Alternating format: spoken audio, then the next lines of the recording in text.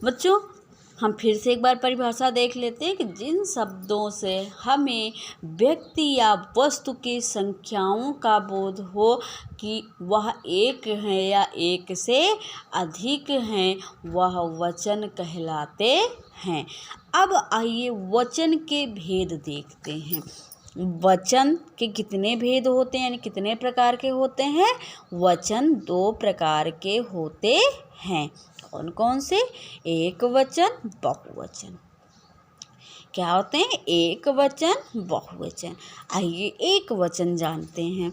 शब्द के जिस रूप से उसके एक होने का पता चले एक वचन कहते हैं, जैसे बकरी, लड़का, गेंद आदि। एक वचन बच्चों, जिन शब्दों को पढ़ने से हमें पता चले कि व्यक्ति या वस्तु की संख्या एक है, एक से अधिक नहीं है, वह एक वचन कहलाते हैं, जैसे बकरी, लड़का आदि। अब आता है बहुवचन। शब्द के जिस रूप से उसके एक से अधिक होने का पता चले उसे बहुवचन कहते हैं। बच्चों, बहुवचन किसे कहते हैं? जब शब्द या जिस शब्द से व्यक्ति या वस्तु की संख्या का एक से अधिक होने का पता चले, वह बहुवचन कहलाते हैं।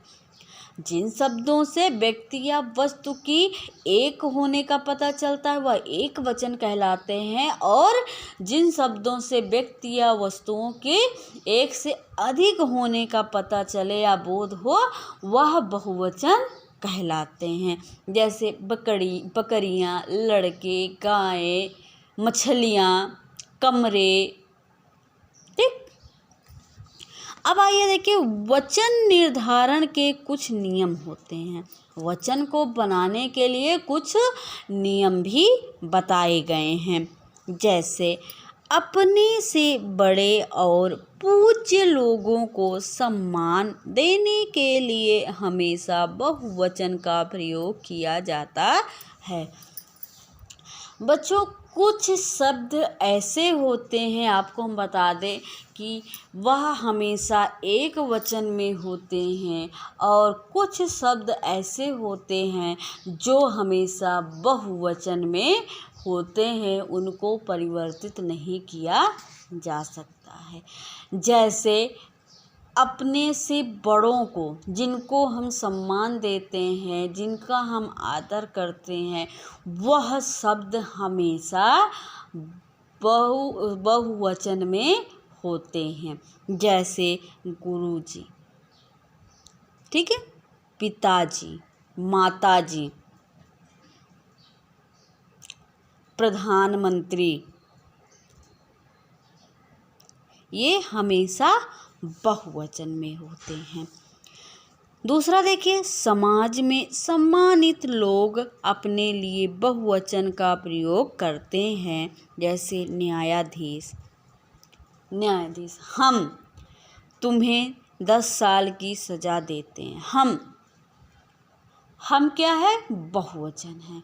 हम प्रयोग में क्या करते हैं? हम अकेले के लिए भी प्रयोग करते हैं और बहुत लोगों के लिए भी प्रयोग करते हैं, इसलिए हम शब्द हमेशा बहुवचन में प्रयोग होता है।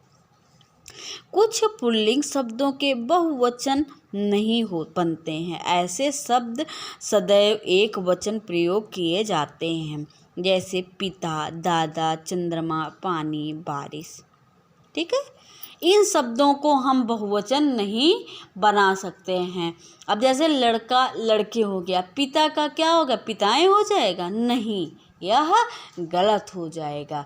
पिता हमेशा अकेले ही होते हैं, क्योंकि यह पुल्लिंग है, और कुछ पुल्लिंग शब्द हमेशा एक वचन में होते हैं।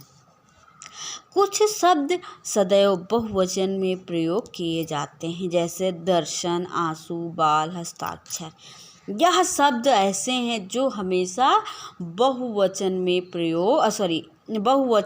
प्रयोग किए जाते हैं। दर्शन, हम दर्शन करने जाएंगे।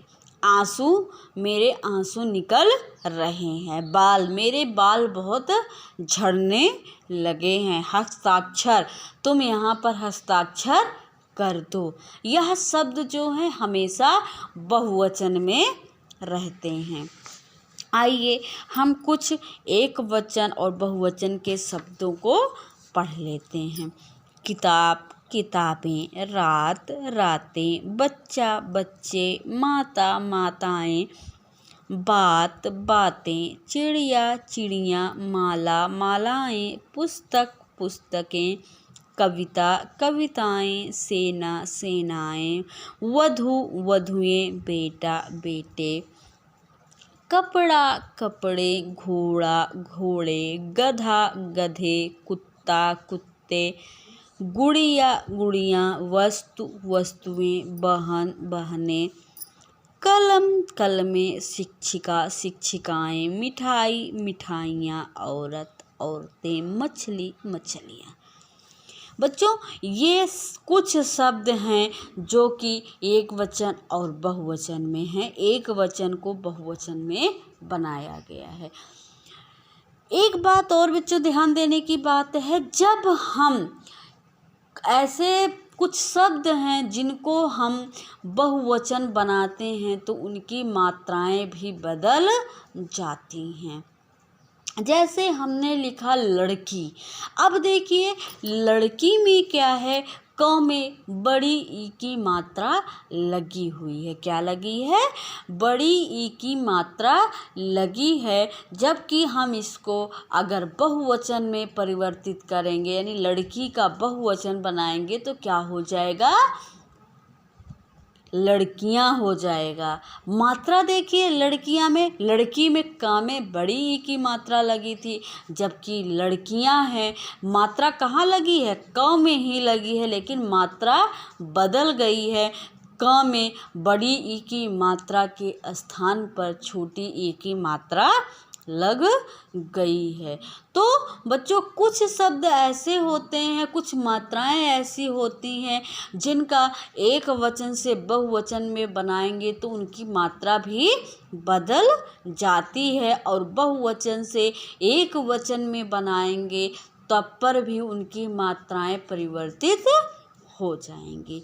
तो बच्चों समझ में आ गया कि वचन किसे कहते हैं।